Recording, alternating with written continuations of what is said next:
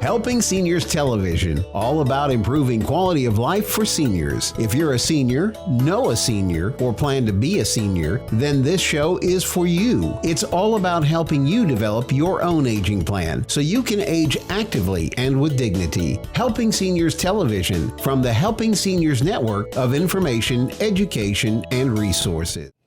I'm Kerry Fink with Helping Seniors Television. Welcome to the program today. On behalf of our president and founder, Joe Steckler, I have the privilege of sitting in on today's television program. And I wanted to kind of preface today's program with this opening kind of monologue about the fact that Joe has always talked about the need for creating an aging plan. And why does he say that? He says, well, if we think about it, all through our life, we go through these phases when we're young and we're in school. People are asking us, say, what is your plan for your career? Or do you need to go to college? Is there a skill you need to learn? So we create some sort of a plan about how we're going to approach our earning years. And then as we go along and we're building a family, we're told by experts that we need to be thinking about what's coming up in a few years. Do we need to be saving for kids in college? Do we need to be saving for our own retirement? What are the things we're going to do to set things aside for later on? So we go through all that. Then as we approach our retirement years, if you think about it, what we need is an aging plan, but all too often, all that stuff gets left to chance. And as Joe talks about, it's important that we make a plan for what I would say would be the best part of our life, which would be that time of life where we have an opportunity to maybe have freedom of time and potentially of finances to be able to do those things that we would like to do. And so with that, though, we have to create that aging plan. And so one of the things that Joe Steckler, who I want to point out, was the guy who created the Brevard Alzheimer's Foundation, and he created what's now lovingly called Joe's Clubs, the adult daycare facilities here throughout Brevard County. And when we started helping Seniors of Brevard, which he began in 2011, he came and said, listen, I've learned a lot of things about memory care and all of that, but what I understand too is people have more issues than go specifically connected to memory care, and we need a nonprofit organization that speaks to those issues, whether it be transportation, housing, financial, medical. And in those 10 years that have gone on since this organization was founded, we've helped more than 3,000 families free of charge with answers to questions like that. And it's really been through the help of people who are really experts in that. And I'm so excited about today's show. It's a show that's going to be near and dear to every one of us who's either retired or planning to retire, and it's going to be about Social Security. And I want to give you a little background, because the gentleman who puts this together, or who is our guest today, has been associated with helping seniors for quite a while. And one of the things that I've come to learn and really admire about this is that the fact is that there is a distinction when people talk about a financial planner, and maybe that's the person who helps you when you're in your 30s and 40s. There's a distinction between that type of financial planning and what our guest does, which is retirement planning, and that is helping you to maximize what happens in your golden years. And so with that sort of as a preamble, I want to welcome to our show today, longtime friend of helping seniors. His name is August Velten, and his firm is August H. Velten Associates. Welcome to the show. Glad to be here. So we were talking before the show that one of the things that you came in and said, I really have a public service message that I want to share before we get into today's topic of Social Security, and it has to do with these calls that you may be getting. Correct. This is the time of year everybody's doing their taxes and filing, and they may have filed already, getting ready to file for their income taxes. And you may very well get a call thinking that this is an IRS representative calling you, and they're going to tell you that you owe the IRS money. If you don't pay it, you're going to be fined heavier. You could go to jail. It's pretty intense. And they then give you instructions on where to send your payment. Well, these are all scams. And in fact, IRS will not call you on the phone to tell you these things. They will send you communication by mail. So if you get a call like that, I'm just advising you, just simply hang up. It is not appropriate, and they're looking to take some of your hard-earned money. Yeah, it's really a sad thing how they play off of that fear factor. And we have, I can tell you, we've had a number of calls here on the Senior Information Helpline from people asking what to do in those cases. And we've also talked to law enforcement, and Phil Archer, who's our state attorney, they do a lot of work on these what we call senior scams. And what you're saying is so true. Even when it comes up on the caller ID and it says IRS and all that, don't believe it. What August said is what you need to bank on. If they need to get with you, they're going to send it to you in the mail. Correct. So with that in mind, though, let's talk about this topic because it's a very, I would say, universal topic. Whether you are retired or whether you're planning to retire, it's always an important component of that retirement income, and it's called Social Security. Correct. And through AFES, which is Adult Financial Education Services, their website is afes.org. We teach a course called Maximizing Social Security. Okay. And one of the things that's important to understand about that is that maximizing does not necessarily mean a mathematical calculation to give you the most benefit. It's maximizing the Social Security process for your life situation. Right. So as long as you're age 62, which is the earliest you can pick up Social Security retirement benefits, there are many rules and regulations out there, but in many cases people might need to use Social Security before the optimum time, and in that class we talk about situations like that, and I'll probably use an example as we go along here and there to give you a clear picture of what I'm saying. The other thing is that when people are looking at Social Security, they come to the class, they're looking at retirement. And what they don't understand, what we've learned, let me put it this, what we've learned over time is that most people going into retirement believe they're going to continue on with the same types of investing structure, tax structure, etc. And that's absolutely not true. So one of the most important things that I teach, and I think is very pertinent right now, in fact, tax season, is that what you live on when you're working is net dollars after your taxes. And it's also after your maybe 401k or 403b contributions, IRA contributions. You're probably paying for medical pre-tax. Well, when you retire, you lose all those deductions. So I have to make a very important point here, and that is that more than likely you will pay or be in the same tax bracket, or possibly in the future higher than you are now, even though you're working.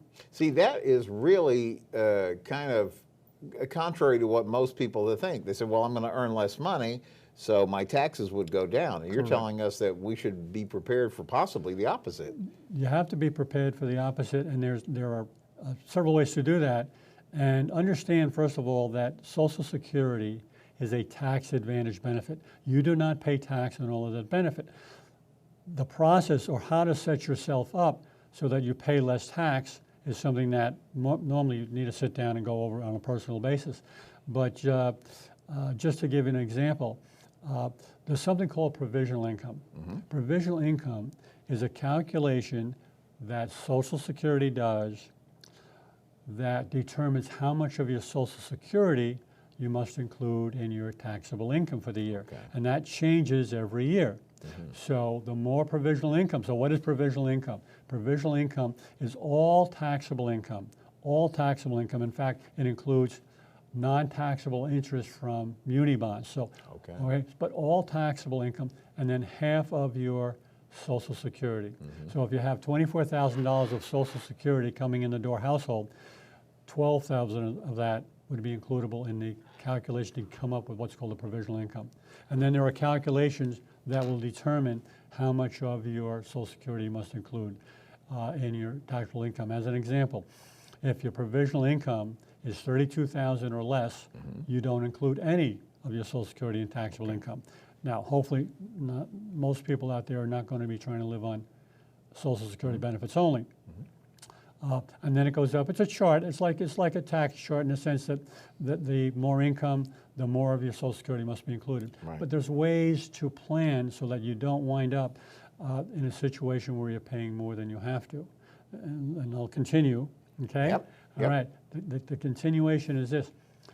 The less tax you pay in retirement, the more dollars you'll have in your pocket, the better off your retirement will be. We have to consider longevity when we're talking about Social Security and any of our other benefits. Longevity is nice to think about, but with longevity comes issues. Those issues are, what will inflation do to my dollars? What will the taxes be over time down the road? Sure. All those pieces that we put together, what might long-term care costs be? So we have to put together a plan to do that. So the most important part of this program or class that we teach, in my mind, is making people understand what their retirement budget is. The retirement budget is approximately, on the average for most Americans, 40% of their retirement budget is their Social Security benefit, tax advantage dollars. The rest is income that comes from other assets. Okay. What are those other assets? In most cases, your 401ks, your 403bs, your IRAs, et cetera. And there are different ways of how they're taxed. So you have to know that if I'm looking at my Social Security options and I'm trying to decide when I'm going to take my options, in other words, at 62 or the oldest right now is 70, when is the optimum time to take that and for what reason? Well, we don't know that, and you don't know that unless you connect it to your other assets. So your other assets, 60% of those of your income coming in are from assets that you have to understand how they're going to be taxed and how they connect with your Social Security and taxation to give you what? To give you the lowest tax hit possible in retirement. And so what are those other assets and how do they work? And how do they fit in with provisional income in your Social Security? Right. All right? So if you were sitting down and you were trying to do a budget, as an example, I do income plans, or income models. And in the income model, the decision is, when you look at it, well, when do we start Social Security? 62, 63, 64, 65, or up to age 70. When do we take that Social Security? And then what other assets, when are we going to start other assets, and how are they going to be taxed? So here's an interesting concept. A lot of people say, when I retire, I have to start my Social Security benefit. That's not necessarily true. They say, well, I need it for my budget. Well, here's a theory that I like and I practice. What if we took our taxable dollars that we have out there, again, our 403b, our 401ks, IRAs, and we start using those dollars now, and we pay tax on it now? Well, guess what? Our tax brackets are probably the lowest they're going to be right now than they will be during anybody's retirement going forward. Okay. As of 2025, tax laws change, and the taxation that we have now is going to go away, and we are surely going to be paying more tax. So what do we know? The assets that we have right now, we know right now, today, what they're worth. They were worth a little bit more 3 days ago, but But we know what they're worth, and we also know what our tax bracket is today. Why not take dollars, pay the tax on it from those qualified dollars, and let Social Security and maybe other assets grow that are guaranteed once they grow to a certain number that they're going to be maintained. They're there for life then. So with Social Security, if you say, well, listen, at full retirement age, and by the way, let's step back for 1 second. Everything to do with Social Security math is based on full retirement age, which is called FRA, right? People, it's between 66 and 67 right now. Depending on year of birth, could be 66 and so many months. All right. Full retirement age, and then your primary insurance amount at full retirement age.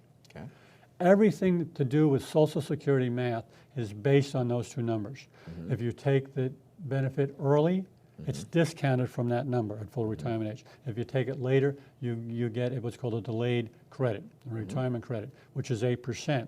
So if you were to wait from your full retirement age, let's say 66 as an example, to 70, your benefit at 70 is 132% more than at 66. Tax advantage dollars. Survivorship, higher. So we'll talk about that in a minute. So now you've increased these dollars or the tax efficiency by waiting. You've used some of your dollars that were taxed currently at current tax brackets, but if you had let those assets continue to grow as qualified dollars, what you're doing is simply creating a larger and larger tax bill. Down the road. Down the road. Of which we don't know what we're going to pay tax on. That's good. Could be a much higher number, okay? So would it make sense then to use some of those dollars now while letting dollars that are tax advantage continue to grow? and that's up to 70. The other piece to that, if that's the case, again, tax efficiency, then the other piece to that is survivor benefit. Right. All right. Okay. Most people, they kind of understand there's a survivor benefit. What it is a higher, if you have a couple, married couple, and let's say one benefit is at 1,000, and we call a spousal benefit. Spousal benefit is 50% of the primary insurance amount for retirement age for a spouse. So if it's 2,000, the spousal benefit is 1,000. Okay. Okay. Well, if that's the case, and you go down the road and you have COLA increases, cost of living increases, and somewhere down the road, that higher earner with the higher benefit passes away, that benefit remains. The lower benefit drops off. Okay. Okay? So that's important to understand because, unfortunately, 81% of people in America that live to be over age 100 or 100 or over are women. Okay. 19% are men. Okay. So in the planning process, that makes a whole lot of sense. If somebody's concerned about making sure that their spouse left behind is going to be financially feasible, then that would be part of that whole puzzle. Right. So 40% Social Security, 60% what are the other assets? So you say, okay, I'm going to look at this, and I have to sit down and do a model, otherwise I'm not going to know. Right. I tell people in my class, I'm going to tell you what, let's do this.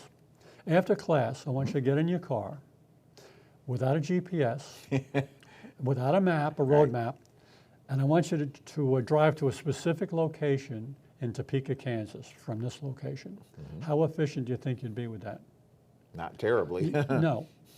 When you retire, and you have to put the pieces together and have a road map, which is my logo on my stuff is a road map for mapping out your retirement. How do I get from point A to point B, from point B to point C as I age? Right. Right. We're going to go from the first retiring years, the go-go years. Then we're going to go to the slow-go years. And then we're going to go to the no-go years. Right. Right. We do have to account for inflation, but more than likely we want to use more dollars in our go-go and maybe the slow-go years than in the no-go years. In the no-go years, what we want to be in our home, we want to pay our bills and not have financial worries.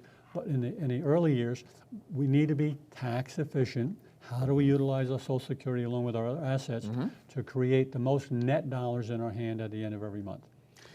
Okay? Yeah, everything you're saying is so important because I think for most of us, our thought about Social Security planning is just, what age do I take it? Do I take it 62, 65? I don't even know that most of us are thinking, well, am I still working? Am I not working? How does this, and what you're bringing up is so many levels and nuances, and this goes right back to Joe's point, is making the wrong decisions along the way could cost you not thousands, but tens of thousands of dollars.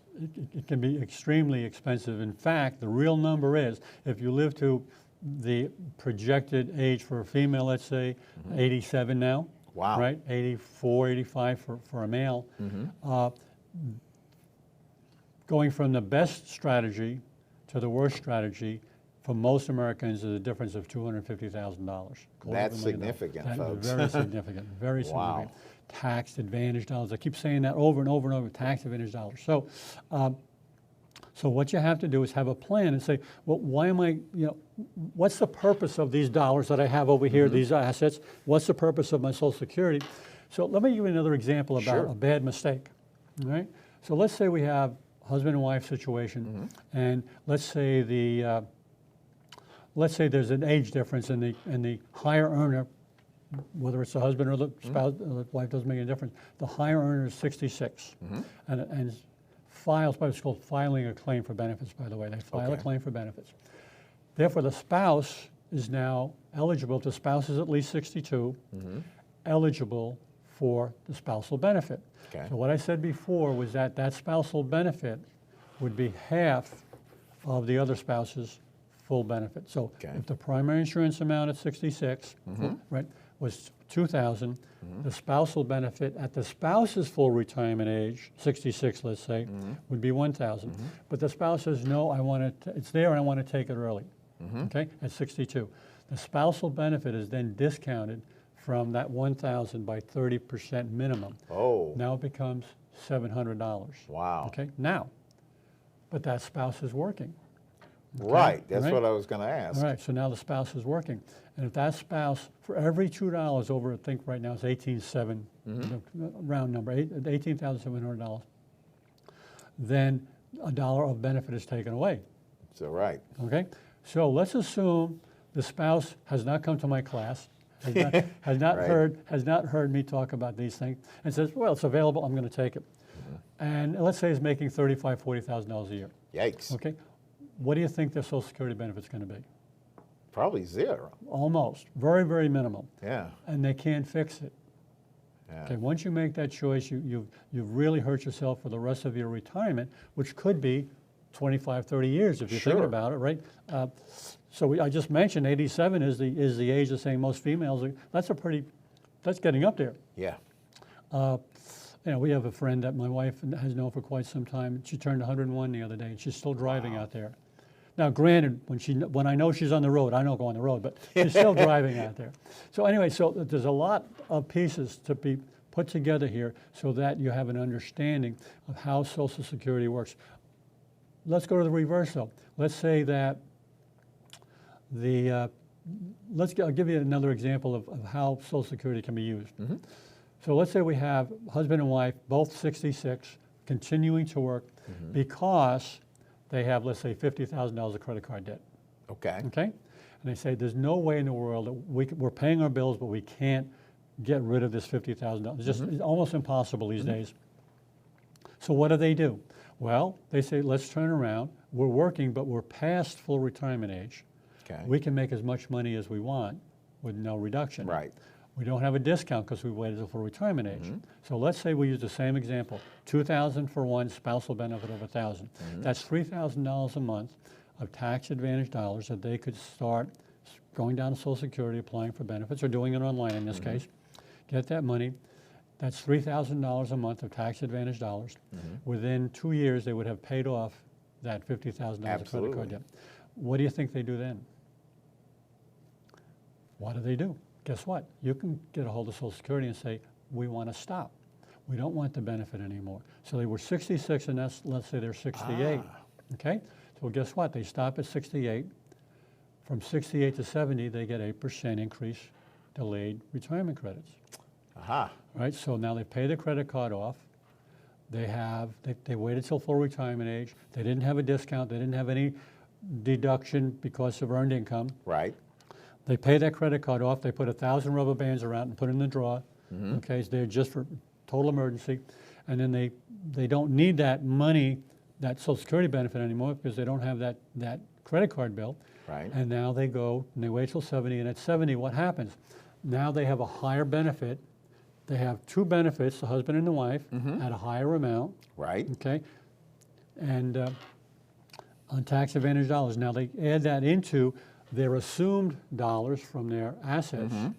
So what are the assumed assets? And you say, okay, we still have our qualified money. Qualified money, by the way, for everybody out there, is money that you have not paid any tax on. In other words, your 401k, your IRA, your 403b, that was a contribution that you put into those plans, and they've grown tax deferred. Again, tax deferred, not tax free. Right. So you've built up a larger and larger tax bill. So during that time, you can say, well, I have these other assets. What if I took some of those assets and I recategorized them, and there's a term, recategorization, from my traditional IRA, 401k, 403b is basically an expanded IRA through employment. Right. And I took some of those dollars and I recategorized them from IRA to Roth IRA. Right. Roth IRA is not included in your provisional income formula. Okay. So you reduce that down dramatically. So how do you do that? Why would I do that? Well, if I do that, I have to pay tax on that money. So here's an example of how I feel about it.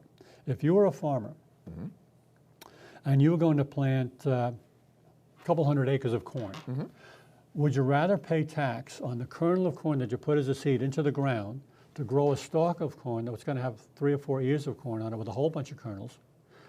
Would you rather pay tax on the crop or on the seed you put in the ground? Well, of course, the seed. The seed, of course. Well, that's what you're doing when you're doing Roth.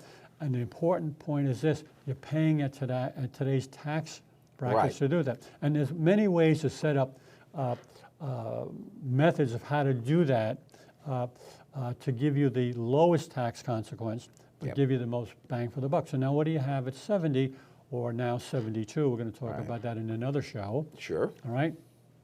But what do you do? So now you have tax advantage dollars, you have tax-free dollars. By the way, an IRA is forever taxed. Right. A Roth IRA is never taxed, period, all right? If you never use it for income and you leave it to somebody else, they get it tax-free. IRA is always taxed, Roth is never taxed. So once you convert over, you're out of your partnership with those dollars with the IRS. They're your dollars. They're much more tax efficient. So it's very simple. Now I have, if I have to withdraw so many dollars, I have my Social Security, maybe I have a pension, which would be great. Pension's fully taxable, by the way. But I have these dollars. But if I'm paying less taxes, that means I can take less dollars from my assets that are in the market, let's say, for my standard of living, okay, because I'm not paying as much taxes. So let's say I need this for standard of living, and I'm coming out of an IRA. I have to take this much out to pay tax to get down to that. But if I have a chunk in Roth, I have to take out this much, not this much, pay the tax. So either you can live at a better level in retirement, or your assets will live longer. The moral of this story, and we really are out of time, the moral of the story is you gotta dig deeper and take advantage of these this important information. We're out of time, but I want to ask you to visit the website for the AFES. AFES.org, or you can go to my website, which is augusthvelten.com. All right. Well, thank you, August, for being part of the show today. Please. And you'll find many good shows on this topic that we've done with August. It's important. These are your dollars. Thanks for joining us on Helping Seniors TV. Steckler, thank you for joining our program today. I'd like to remind you that our senior information line is available to you at 321-473-7770. There you can get help and direction that could be helpful for your specific situation or circumstances. The work of helping seniors is very important, but we can't do it alone. That is why our sponsors here in Brevard County are so important. I'd like to thank our many area sponsors, businesses and medical providers who support the mission of helping seniors that help us carry the cost of our media efforts. If you'd like to join us either as a business partner or simply donate as an individual, we would welcome your call at 321-473-7770. You are always welcome to visit our website at www.helpingseniorsofbrevard.org. Thanks so much for your help. It does make a difference.